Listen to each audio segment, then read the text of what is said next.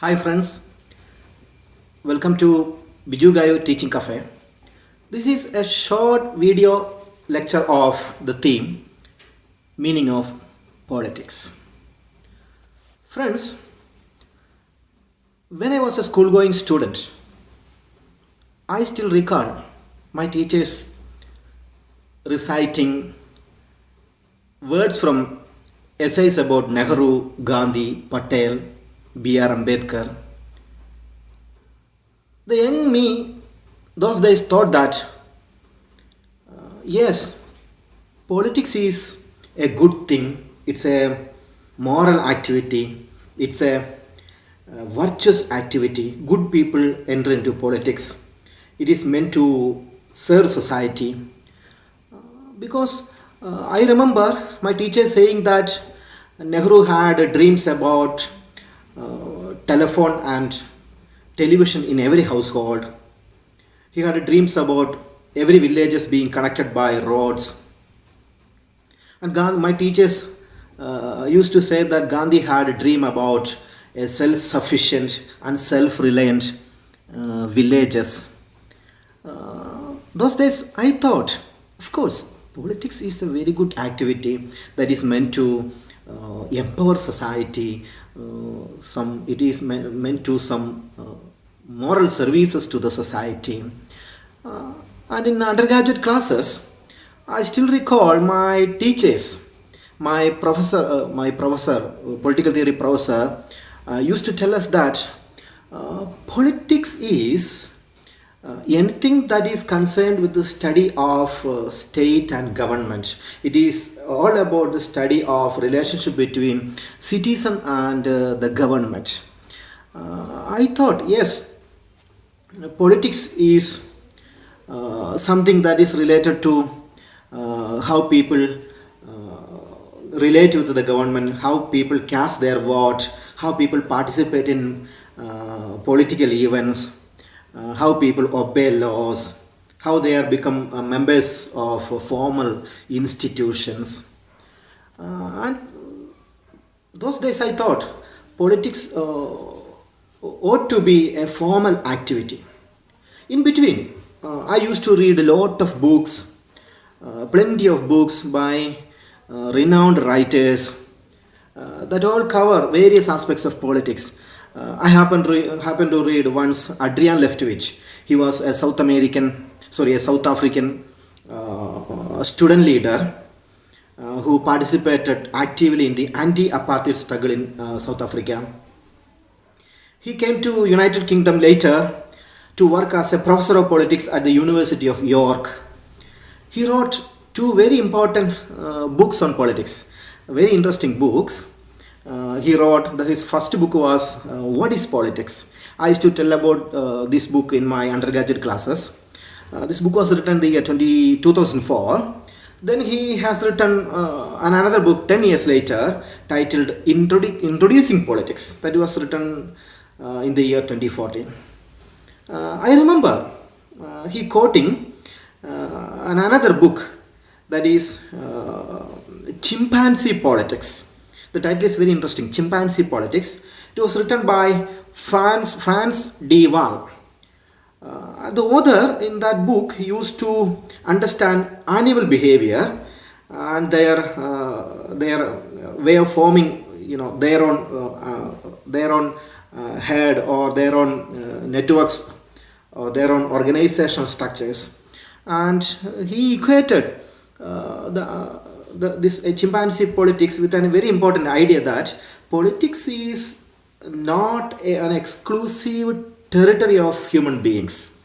Animals, bees, ants, various other animals in our world have some form of political activity. They shape their society based on order, based on a leader, based on certain organized structure. So the author was telling that animals do have politics.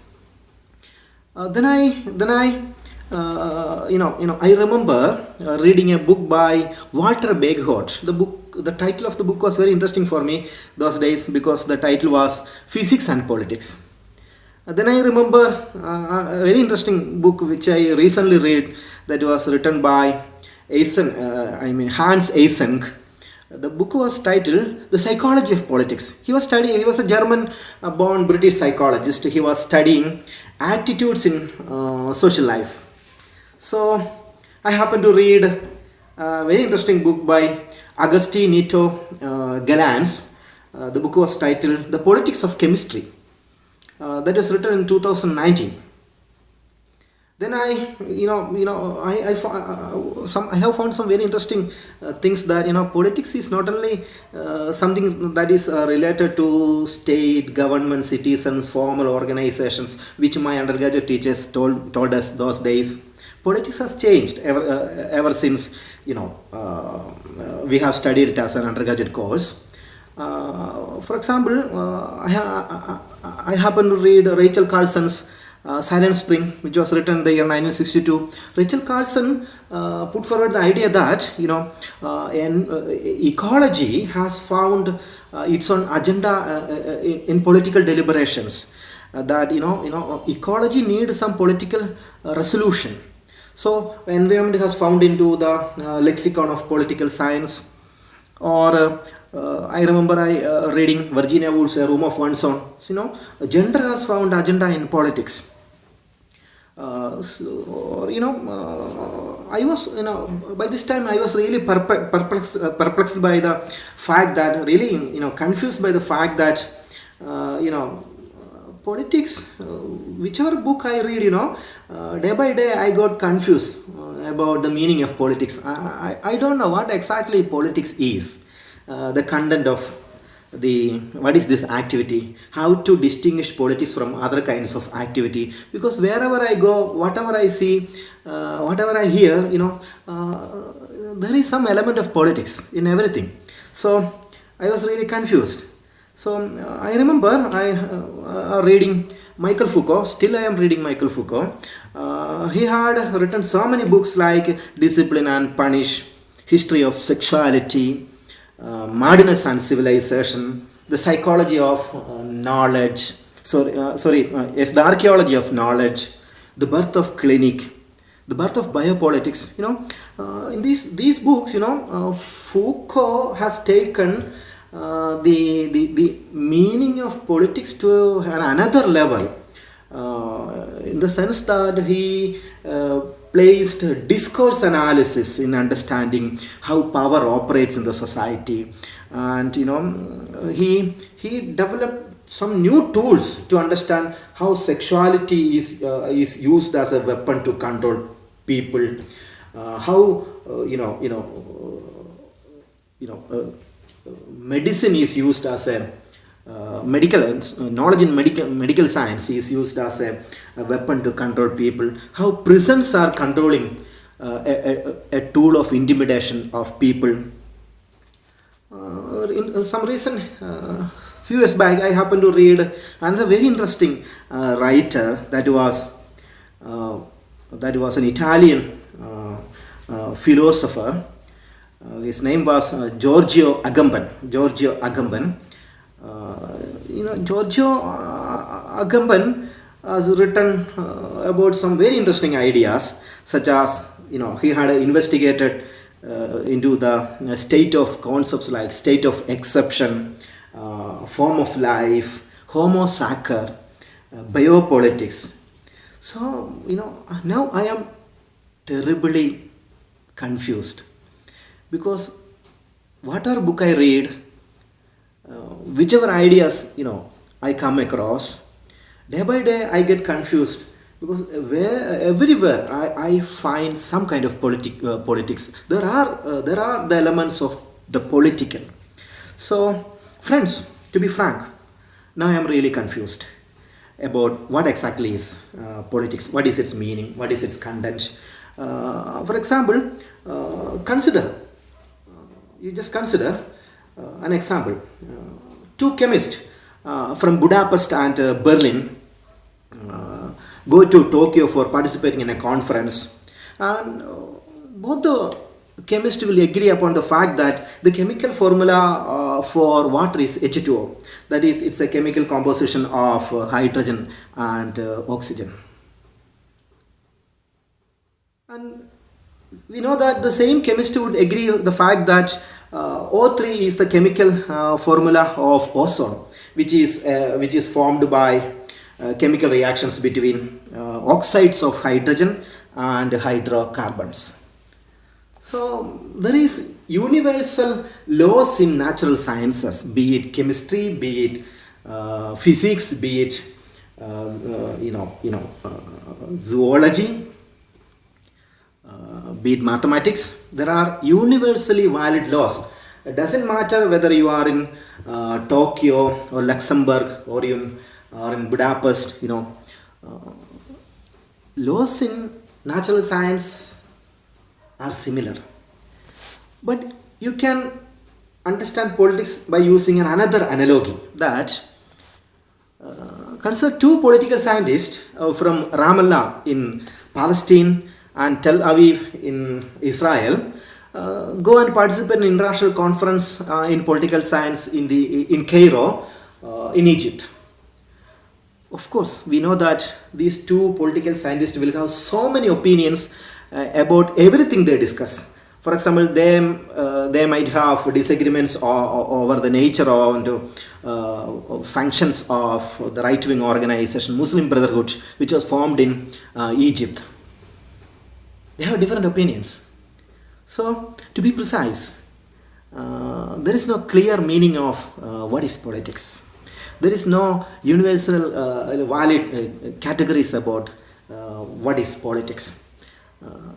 Hence, one primary assumption we can make about politics is that politics is that activity in which we interpret society. So that, simply said, politics is an interpretative science. That's it. You can find politics everywhere. You can find politics wherever you go. Whatever you do, there is politics. You can find politics by interpretation in things, in events, in ideas. So interpretation makes politics beautiful also. It's a beautiful subject because it is subject that disagrees, that dissents. It's a subject not meant to make agreeable points for everybody. It is meant to make disagreements. So this lecture, I pick up my views about the meaning of politics from my readings in the literatures about political science. So all what I am going to say in this short lecture may not be correct because it is my perspective. So I place the meaning of politics in four very important contexts. My first context, that is, politics is a formal activity. What is it? It is related to government and state. It's a very traditional view of politics. That is, anything that man does in respect of state, government and citizenship constitute politics. It's a formal activity in that sense. You cast vote, pay tax, participate in political events. One can find a flood of definitions of politics in these perspectives because politics has produced so many beautiful definitions and interpretations from these points of view as a formal activity. These all centers around one founding idea that is politics is the study of state and citizen. It is study of relationship between government and people. It is viewing politics as a formal activity related to state and government. This is the first context of the meaning of politics. Then you can see another angle which I would discuss in the second context. That is, politics is an activity from the perspective of public-private divide. That is, politics as public affairs. That is, in this perspective, you can divide society into two very important realms. That is, the public realm and the private realm. What is it? That is, you separate society into those activities which are exclusively in the private domain where nobody can interfere. That is your private matter. And there is public matter where everybody can interfere. In that sense, you go to church, you have a love affair, you help people, you have certain value systems as part of your as a part of your culture. These are all private things. Nobody can interfere. This is your private realm. There is no politics. But there is another realm in your society that is called the public realm. Here, the idea of public sphere is roped in. So you talk about political events in a saloon or in a cafeteria. You talk about how to vote, whom to vote, whether it was a good decision taken by the government to increase tax rate. So you participate in demonstrations, you pay tax. These are all public activities. So in this sense, those activities that humans engage in the public realms are political. This is the second context of the meaning of politics. Then there is a third angle, there is a third context of politics. That is, you can use this context to interpret the meaning of politics. That's it. Politics is conflict resolution. It's a policy science. What is it? So the previous two views are limited. They are narrow. They are very limited in scope and application because it doesn't cover everything in the society. There are so many areas which remain outside the perspective of politics. Here you can see a different view, somewhat a very broader view. Here you see society is viewed as conflictual. Society is full of struggles. Society is full of disturbances, a panic situation in the society. So Marxists hold the view that there is class struggle in society. Feminists hold the view that there is patriarchal oppression in the society. Or ecologists hold the view that consumerism has depleted the planet Earth. Or peace activists would say that technology and science has destroyed the social fabric and man is made more greedy. So there are so many conflicts in the society. And what we can do? We need to engage in these conflicts and find solutions. That is what politics is. That is, politics is the resolution in which we find solutions to perennial conflicts in the society. So any activity that tries to bring solutions to conflicts is politics. So management of issues, or you bring policies to find out solutions. You propose educational policies. There is a new new educational policy which brought about a lot of discussions. Or the environmental policy, or the fiscal policy, or the healthcare policy, communication policy. So these policies are meant to bring some solutions to the issues facing our society. Then there is a fourth view, very important view, an imposing view in politics. That is, the power view, right? So it's a very complicated view. Power view of politics is most advanced, more scientific, highly sophisticated view of politics. That said, what is power? It's very important to define power in order to discuss this angle. So power is control, controlling the behavior of another. One person control the behavior of another person. That said, if you read Foucault said that human sexuality is being constructed by society not to control people. You protest if you are denied food. You protest if you are denied shelter. But you never protest when your sexuality is used as a weapon against you to silence you. So power operates in a very complicated way in social life. It's very complicated. We never realize that power operates in our behavior we are being controlled, we are being influenced, our actions are being shaped not by our cognitive abilities but by the abilities of some other people, some forces external to us. So politics in this sense is an activity in which people control other humans through the deployment of power by various means. So this is a fourth angle of politics. So in short, still, friends, I am not sure what exactly is the meaning of politics, because there are different interpretations. I'm still confused at this age after reading so many literatures in politics. If you go to your home and observe how your parents behave, how your father behave, mother behaves, you can find politics there. People will tell you the same, the idea.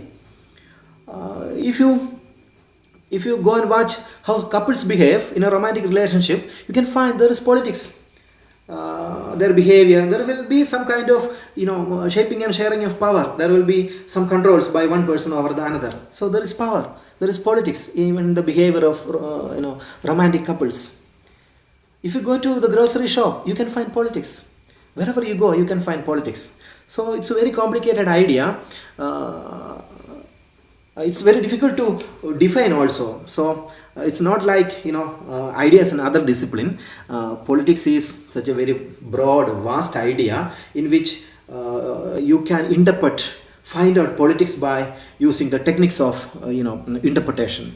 So friends, this is a very short lecture of the meaning of politics. I'm going to wind up this lecture.